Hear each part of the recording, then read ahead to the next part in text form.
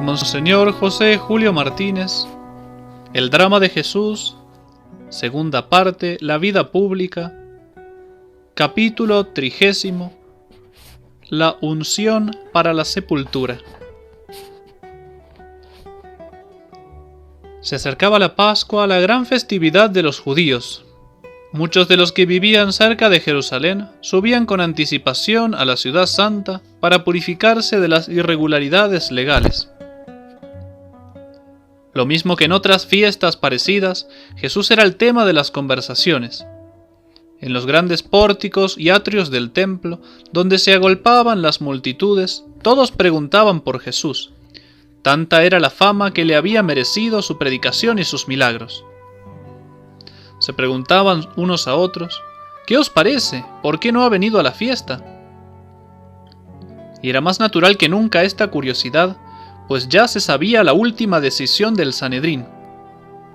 Y además los príncipes de los sacerdotes y los fariseos habían dado orden de que si alguno supiese dónde estaba Jesús, lo denunciase para prenderlo. No tardará el Señor en aparecer en la ciudad y triunfar definitivamente de sus enemigos, muriendo en ella. Iban los apóstoles en camino subiendo hacia Jerusalén, y Jesús se les adelantaba, y ellos se maravillaban y le seguían con miedo. Temerosos seguían los discípulos al Señor hacia la ciudad enemiga. Se admiran de que Él no tema entrar donde sabe que desean matarlo. Es que Él desea morir. Lo desea más que ellos, porque a ellos los mueve el odio, a Él el amor. Por eso toma a los 12 y comienza a descubrirles su secreto, mientras a todo lo largo del camino florecen las voces y los cantos de los peregrinos que suben a la gran Pascua. Mirad, les dice Jesús, ya subimos a Jerusalén y se cumplirá todo lo que está escrito en los profetas acerca del Hijo del Hombre. Porque será entregado a los príncipes de los sacerdotes y a los escribas y a los ancianos, es decir, al Sanedrín, y lo condenarán a muerte y lo entregarán a los gentiles, es decir, a los paganos, y lo escarnecerán y lo escupirán y lo azotarán y lo matarán, y al cabo de 3 días resucitará. Con soberana claridad y paz anuncia el porvenir. Pero los discípulos nada de esto entendieron, porque era lenguaje muy oscuro para ellos y no entendían lo que se les decía. El sentido literal bien lo entienden, es clarísimo: me matarán, resucitaré. Pero como a ellos les parece imposible que su amado Maestro, el Hijo de Dios, pueda ser condenado a muerte por los hombres, se imaginan que las palabras de Jesús tendrán otro sentido misterioso, inescrutable para ellos. Por eso dice el Evangelio que no lo entendían. Por otra parte, tampoco se atreven a preguntarle, no sea que Él les repita lo que nunca quisieran que fuese verdad, y así caminan algún tiempo en triste silencio.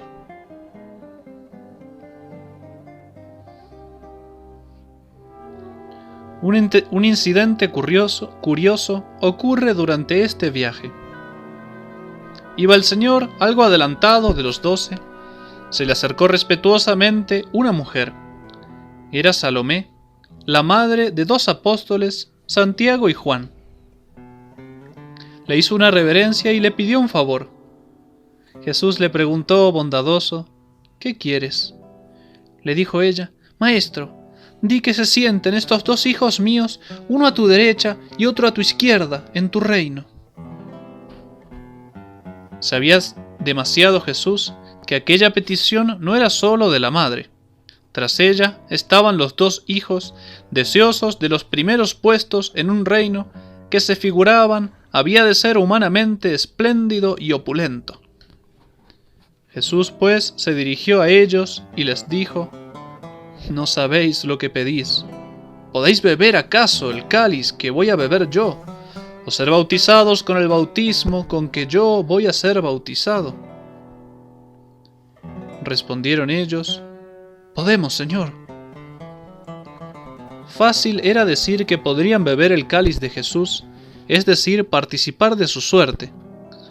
Pero si hubieran probado aquella infinita amargura que en ese cáliz había de concentrarse, y que hizo agonizar aún al animoso corazón de Jesús, que durante toda su vida no hizo más que desear su hora, y que cuando la tuvo cerca sudó sangre y pidió a su Padre que pasara de sí ese cáliz, ellos hubieran temblado antes de afirmar lo que afirmaban.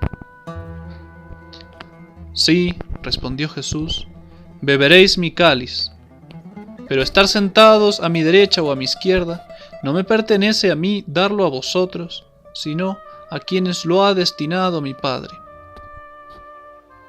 Les anuncia que beberán su cáliz, muriendo mártires como él, pero que los primeros puestos del reino no los ha de dar a ellos por razones humanas de parentesco o de recomendación, sino a los que por razones de providencia y de gracia y de santidad personal han sido predestinados para ello por el Padre que está en los cielos.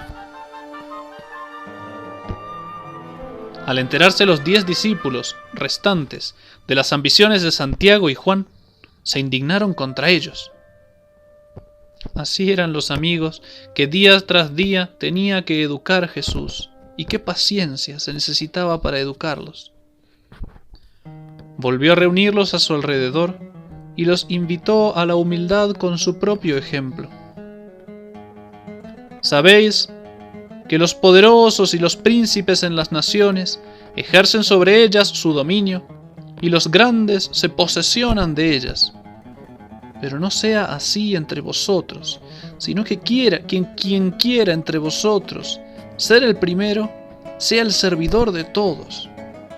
Porque también el Hijo del Hombre no ha venido para ser servido, sino para servir Él, y dar su vida en rescate por muchos.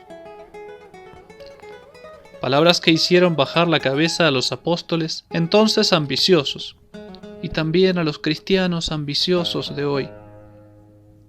El Hijo de Dios vino a dar su vida en rescate de muchos. Todos los hombres no son muchos, pues por todos los hombres la vino a dar, y vino a servir, no a ser servido. El que quiera ser el primer cristiano, el más parecido a Cristo, que se haga servidor de todos, que venga a servir a todos. Eso no significa abolir la autoridad, sino darle a la autoridad y al gobierno su sentido profundo. Porque mandar es servir a los demás, es buscar el bien común con desinterés propio, incluso con perjuicio propio, porque el bien común y el bien de los demás es siempre mayor que el bien propio.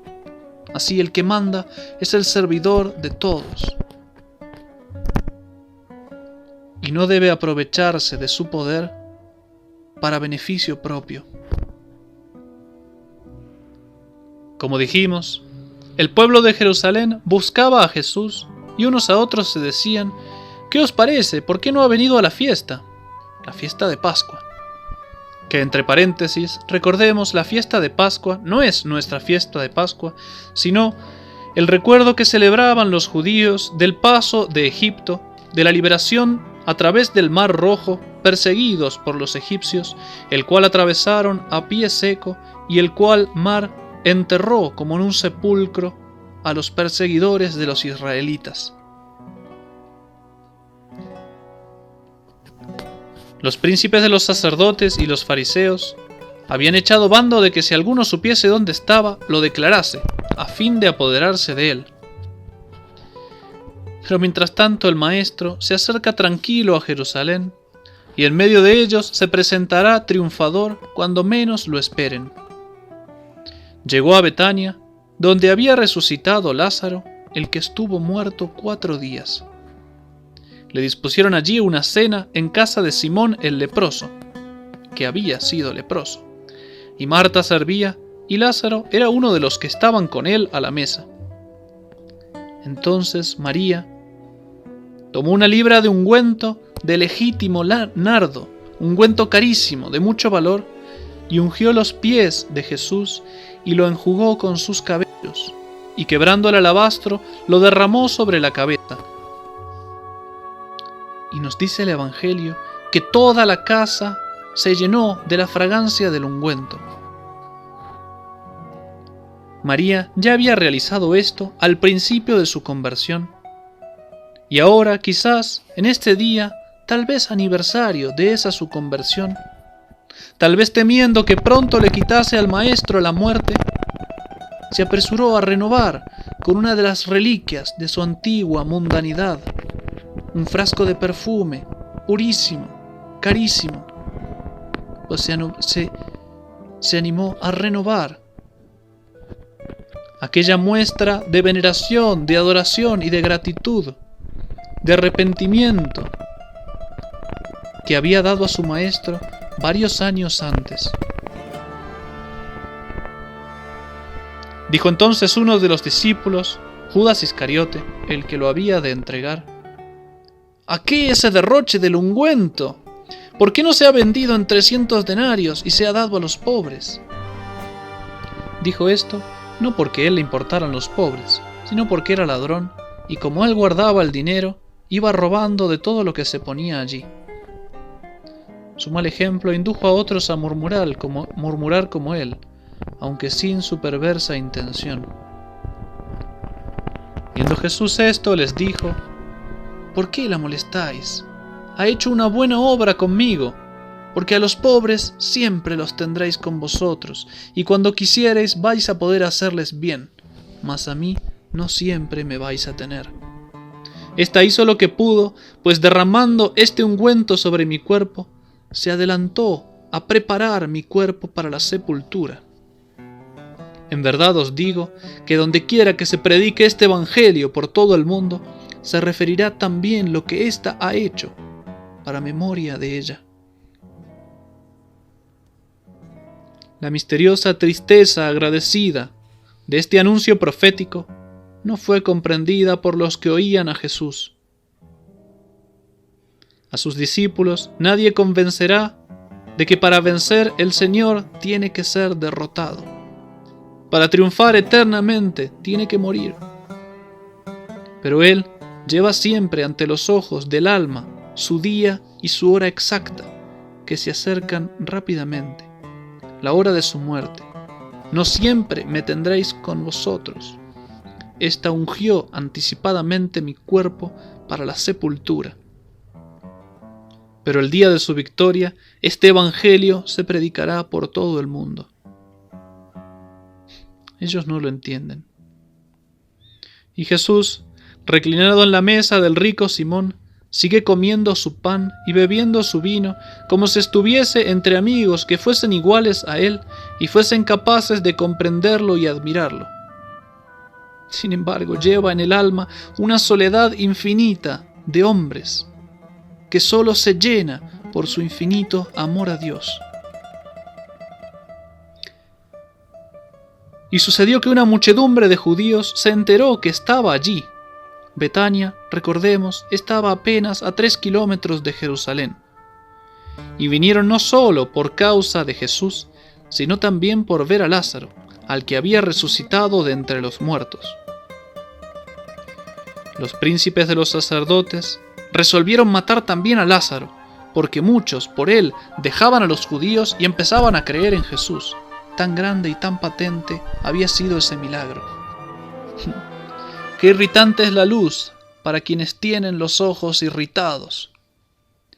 Los mismos milagros y argumentos que debieran servir para creer en Jesús y reconocerlo como enviado de Dios, solo consiguen endurecerlos en su ceguera.